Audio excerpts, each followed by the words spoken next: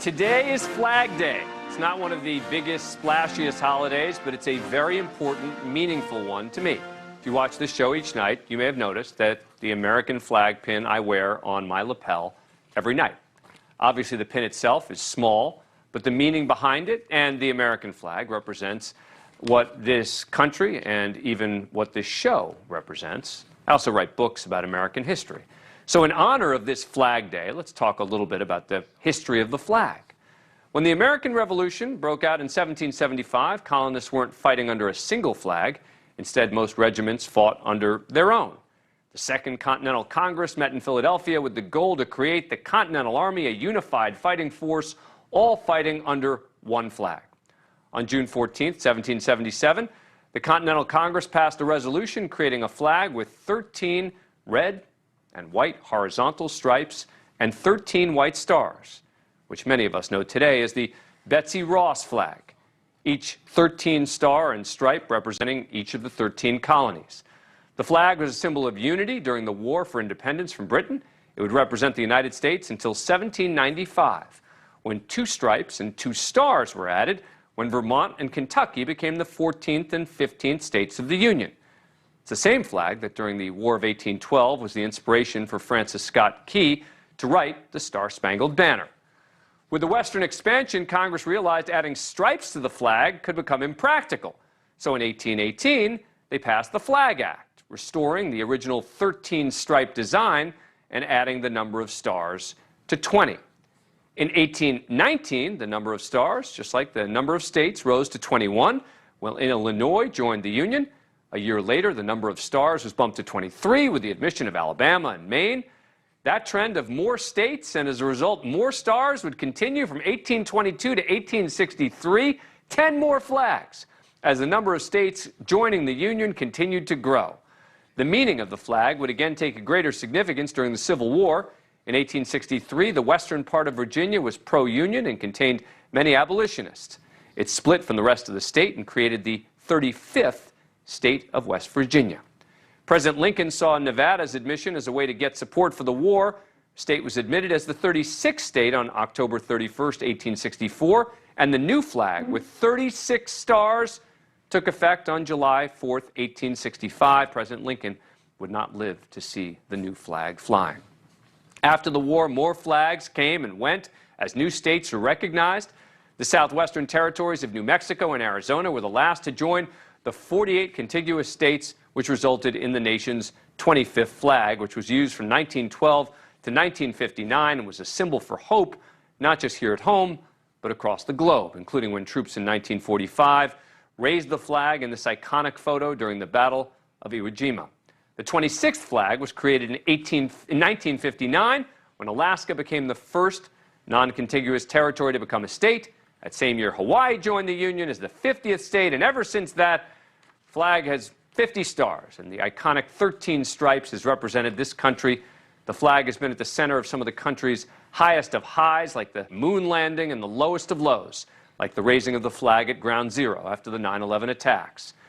Now, if you were wondering when people began to commemorate Flag Day, it was not in Philadelphia in 1777 when the Founding Fathers passed that resolution. Instead, the day was first recorded in the small town of Waunakee, Wisconsin, when on June 14, 1885, a teacher had his class honor the birthday of the flag. The momentum behind the flag's birthday spread, and in 1916, President Woodrow Wilson officially established June 14th as Flag Day. Something that we love watching is soldiers and law enforcement fold the flag, but exactly what are the rules? How does that work? Joining us now is former U.S. Army Colonel David Menegon, now the commander of the Knickerbocker Grays, and we also have Cadet Max and former Cadet Colonel Solomon joining us as well. Thanks to all of you for coming in. Appreciate it. All right, Max, let me start with you. You got some flag facts for us? Yeah, so today is the day we adopted the American flag, and it was the day June 14th, 1777, and there was 27 different types of American flag, and the last one was made in 1959 when Hawaii became a state of America.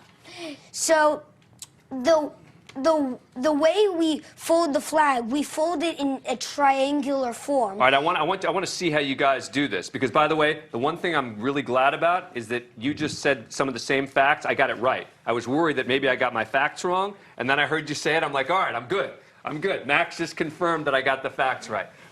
Colonel, tell us a little bit about what we're going to do here in showing how the flag is folded properly. Sure. There's a specific way to fold the flag, and Max will talk about that as we're doing it. And, of course, we have the flag here. There's going to be 2 solid folds. There we go. There we go. And one more. And Max's The Knickerbocker Gray is the oldest after-school activity in the country, found in 1881. So there's been a lot of practice with this organization folding flags. All right, So good. Max, why don't you walk us through this and what Solomon's doing? So as you could see, it kind of looks like a triangle when he's folding it. So that's in the American Revolution. They did it so they could put it inside their hat boxes. Oh. They had little hat boxes that they would put the triangular formed. See how it's a triangle there? That's how, because they used to put it in there. And once you get to the blue part, you want to make sure there's no red sticking out. So you want to make sure that you could only see the stars, and all the red is covered. And it seems that you're very close to getting there. Is there a reason we do that in terms of having the stars being, seen, et cetera? I know that this is very serious protocol when it comes to the flag. That is correct. Well, the red is a symbol of the blood that we shed for this country. It's very symbolic. And usually when the flag is folded like this, it is often given to somebody at a ceremony. So we want to make sure that that red is hidden and only the blue in the states are represented. And there's a specific way in which they will hand it to each other. Tell us about that. Okay. So he will... You can do that, Max. Go ahead. So he hands me with the... Like that? With the point to me, and You were about to tell him he got it wrong, right? You wanted to tell Solomon he got it wrong. You could tell him that. Solomon. got it wrong.